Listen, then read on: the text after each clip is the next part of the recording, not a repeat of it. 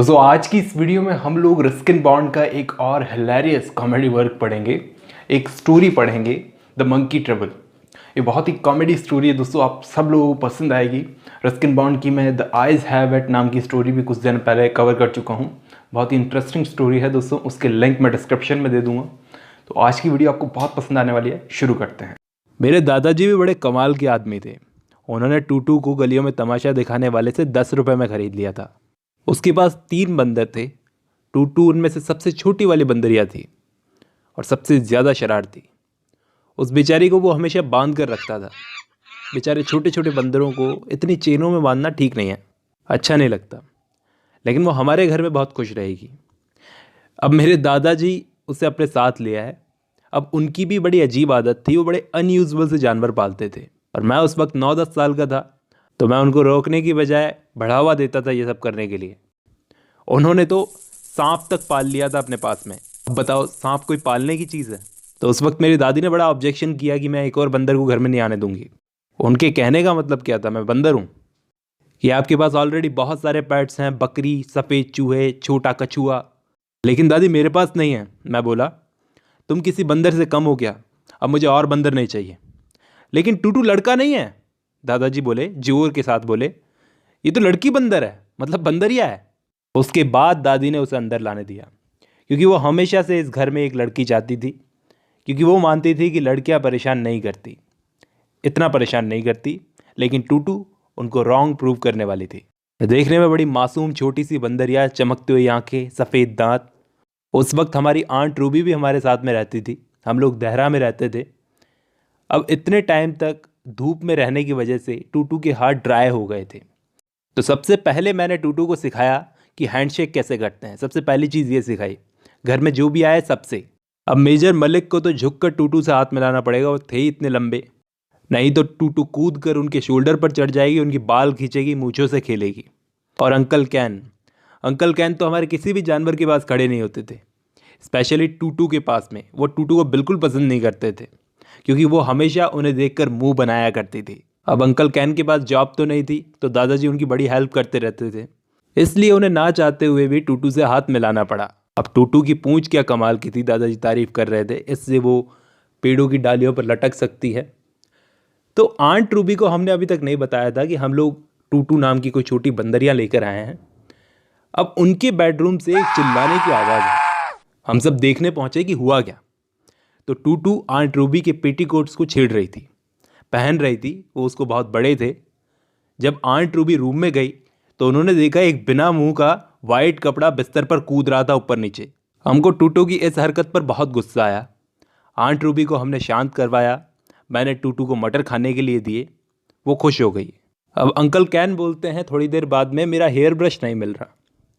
तो हमने देखा कि टूटू बरामदे में बैठी उस हेयर ब्रश को अपने अंडर आर्म्स में यूज़ कर रही थी। मैंने उससे ब्रश छीन कर अंकल को वापस दे दिया, लेकिन उन्होंने हट बोलकर वो ब्रश फेंक दिया। अब यूज़ नहीं करूँगा इसको मैं। अब टूटू को आंट रूबी के शैम्पू से नहलाया गया। दादी ने बड़ा ऑब्जेक्ट किया कि इस बंदरिया को घर के बाहर ही सोना पड़ेगा, बकरियों के साथ। भिजवा दिया गया बाहर उसको। लेकिन फिर बाहर से बकरियों के चिल्लाने की आवाज़ आने लगी, क्योंकि टूटू बकरियों की पीठ पर आराम से बैठी थी। बकरियां यहाँ वहाँ घूम रही थी अपनी घास को खाने के लिए।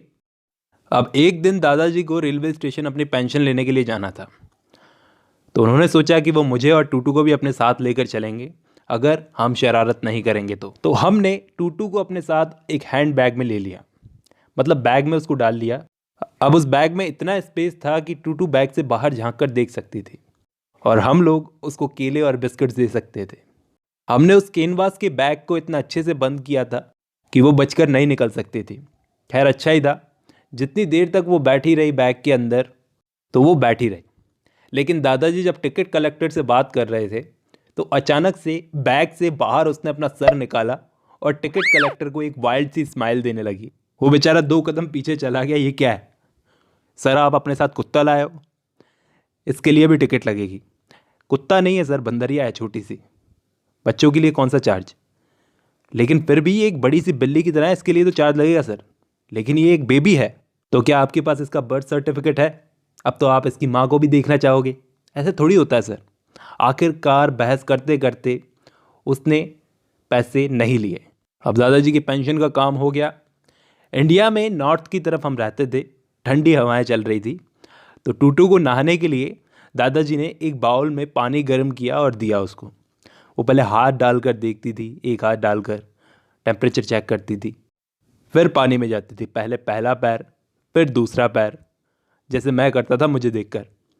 जब गले तक वो पानी में डूब जाती थी फिर साबुन हाथ में लेती थी और अपनी बॉडी को रब करती थी। जब पानी ठंडा हो जाता था तो जल्दी से भाग कर वो किचन में जाती थी गैस के पास खुद को ड्राई करने के लिए। और ऐसा करते हुए कोई अगर उस पर हंस गया तो उसकी फीलिंग्स हर्ट हो जाती थी, वो नहाती नहीं थी फिर। अब एक दिन दादी जी ने बड़े से बर्तन में पानी गर्म करने के लिए रख दिया। वो रख कर चली गई बाहर, तो टूटू उसके पास चेक करने के लिए चली गई। उसने बर्तन से ढक्कन हटाया, पानी उसकी ज़रूरत के हिसाब से ठीक ठाक गर्म हो गया था, तो वो उसमें बैठ गई। नीचे गैस जल रही थी और उसको बड़ा मज़ा आ रहा था गर्म पानी में। लेकिन जब पानी धीरे धीरे ज़्यादा गर्म होने लगा तो वो एकदम से खड़ी हो गई।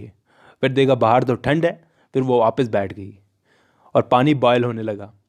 दादी भागकर अंदर आई और उसको बाहर निकाला। अंकल कैन ने पूछा, आज चाय मिलेगी? हाँ हाँ, चाय क्यों, उबला हुआ बंदर भी मिलेगा। अब एक दिन आंट रूबी ने सबको सरप्राइज़ कर दिया। वो बोली कि मैं एंगेजमेंट करने जा रही हूँ, शादी करने जा रही हूँ। हमने तो सोचा था उनकी कभी शादी ही नहीं होगी, लेकिन इनको रॉकी नाम का एक सही लड़का मिल गया जो टीचर था, स्कूल टीचर था गोवा में। लंबा गुड नेचर्ड आदमी, रूबी आंटी से उम्र में भी छोटा था, आवाज़ भी अच्छी थी, तो गाना वाना भी गा लेता था और दादी को तो गाने वाले लोग बहुत पसंद थे। तो अंकल कैन बोले कि इतने अच्छे लड़के को पूरी दुनिया में इस रूबी में क्या देखा जो बहुत सारी लड़कियों को तुम में नहीं दिखा। दादी बोली, रूबी एक अच्छी लड़की है, दोनों स्कूल टीचर हैं, तो हो सकता है बाद में ये दोनों खुद का स्कूल खोल लें। अब ये रॉकी अक्सर हमारे घर में आया जाया करता था, मेरे लिए चॉकलेट्स लाता था, तो मुझे लगता था इसके पास अनलिमिटेड चॉकलेट्स हैं, कहीं से सप्लाई आती है इसको बहुत सारी चॉकलेट्स की। वो मुझे गाने भी सिखाता था। मैंने रॉकी को अप्रूव कर दिया था अपनी तरफ से, क्योंकि वो मेरे लिए चॉकलेट्स लाता था। अब एक दिन मैंने सुना कि वो आंट रूबी को बाहर लेकर जा रहा है एंगेजमेंट की रिंग खरीदने के लिए। मैं भी उनके साथ में जाना चाहता था, लेकिन आंट रूबी ने सख्त मना कर दिया था अपने साथ ले जाने के लिए।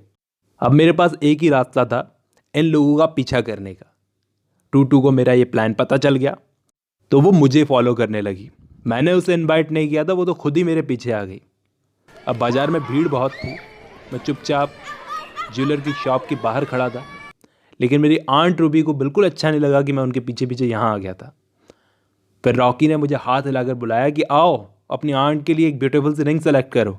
अब मुझे तो ये रिंग खरीदना बहुत पैसे की बर्बादी लगती थी, लेकिन आंट रूबी मुझे घूर घूर कर देखे जा रही थी, बुरे बुरे लुक्स दे रही थी। अब जब हम लोग आंट रूबी के लिए रिंग सेलेक्ट कर रहे थे, उस वक्त तभी टूटू दुकान में आ गई। किसी ने भी उसको नोटिस नहीं किया, लेकिन मैंने कर लिया। फिर सबने क्या देखा, वो एक खूबसूरत सा नेकलेस उठाकर ट्राई कर रही थी उस शॉप में। आंट रूबी चिल्लाई, वो बंदरिया। वो नेकलेस अब टूटू को पहना हुआ था, उसने टाइम ही नहीं दिया कि किसी के पकड़ में नहीं आई। रॉकी को चकमा देकर मेरे दोनों पैरों के बीच में से निकलकर वो भाग गई। मैं उसके पीछे पीछे उसे रोकने के लिए भागा, लेकिन लोगों के सरों से कंधों से कूदती हुई वो भागने लगी। उसके पीछे पीछे शॉप का मालिक भागने लगा, उसके पीछे रॉकी भागने लगा। फिर तो लोग बिना वजह एक दूसरे के पीछे भागने लगे। जिस जिसको पता था, जिस जिसने देखा था कि हुआ क्या है, वो लोग भागने लगे।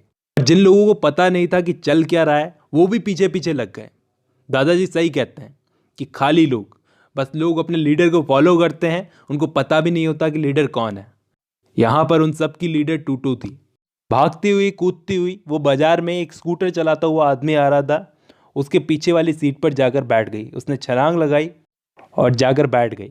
बट तभी एक फ्रूट की शॉप उसको दिखी, वहाँ पर केले इसको दिखे, तो इसने फिर से छलांग लगाई। स्कूटर चलाने वाला अपना बैलेंस खो बैठा और जब उसकी आंख खुली तो वो दुकानदार की बाहों में था। टूटू ने केला लिया और थोड़ा सा खाया, फिर धोबी के गधे पर कूद गई और धुले हुए कपड़े का बंडल नीचे गिर गया। धोबी भी उस बंदरिया को पकड़ने के लिए पीछे लग गया। अब बच्चे जो स्कूल जा रहे थे, उन्होंने सोचा कुछ मज़ेदार चल रहा है, वो स्कूल जाने की बजाय वो भी पीछे पीछे लग गए। अब वो घर की तरफ भागती हुई जा रही थी। उसको पता था कि घर अगर इस नेकलेस को लेकर गई तो बहुत मार पड़ेगी, तो उसने उस नेकलेस को गले से निकाला और एक छोटी सी नाली में, कीचड़ में फेंक दिया। फिर तो वो जूलर भी भागता हुआ आया, उस नाले में कूद गया, उसके पीछे रॉकी भी कूद गया, उसके पीछे मैं भी कूद गया, उसके पीछे बहुत सारे लोग कूद गए, बच्चे भी कूद गए, बड़े भी कूद गए, जैसे कोई खजाने की खुदाई चल रही हो। फिर तो बच्चे बड़े सभी कूद गए। 20 मिनट बाद रॉकी चिल्लाया कि मिल गया मिल गया। उस पर कीचड़ लगा हुआ था, उसने शॉपकीपर को पकड़ा दिया। अब सारे के सारे शॉप में वापस आ गए। आंट रूबी वहीं पर शॉप में बैठी हुई थी, रिंग सेलेक्ट कर रही थी। फाइनली रिंग खरीद ली गई, एंगेजमेंट अनाउंस हो गई और शादी की डेट भी फिक्स हो गई। लेकिन आंट रूबी बोली, मैं अपनी वेडिंग में उस बंदरिया को आसपास भी नहीं चाहती। लेकिन हम लोग उसे लॉक करके रखेंगे, दादाजी बोले। शादी के दिन मैं उसे पूरे दिन लॉक करके रखूंगा और तुम्हारी हनीमून को भी वो खराब नहीं करेगी। अब शादी से कुछ दिन पहले मैंने टूटू को किचन में देखा। वो दादी की हेल्प कर रही थी वेडिंग केक बनाने के लिए। दादी की वो वैसे भी मदद करती थी खाना बनाने में, पता नहीं कौन कौन से मसाले कहाँ कहाँ डाल देती थी। कभी कभी तो खाना अच्छा बन जाता था और कभी बहुत ही ख़राब। एक बार अंकल कैन के सैंडविच में उसने अखरोट के छिलके डाल दिए थे, जिसकी वजह से उनका दांत टूट गया। अब मैं बिल्कुल श्योर नहीं हूँ कि वेडिंग केक कैसा बनने वाला था। जब दादी उसको देख रही थी तो बहुत अच्छे से बिहेव कर रही थी, लेकिन पीछे से मैंने खुद ने देखा कि उसने केक में रेड चिली सॉस डाल दिया, लौकी के कड़वे बीज डाल दिया और तो और अंडे के छिलके डाल दिए। अब केक कैसा बना होगा मुझे नहीं पता, लेकिन शादी के बाद उस पार्टी में बहुत सारे गेस्ट नज़र नहीं आए और फिर से उस केक की किसी ने बात तक नहीं की। कुछ लोगों को ये थोड़ा इंटरेस्टिंग फ्लेवर लगा। शादी तो बहुत अच्छे से हो गई, रॉकी फिल्म स्टार जैसा लग रहा था, उसने एक अच्छा सा गाना भी गाया। लेकिन उसके बाद टूटू उनके हनीमून पर भी चली गई चुपके से, और अब उनका हनीमून बर्बाद होने वाला था।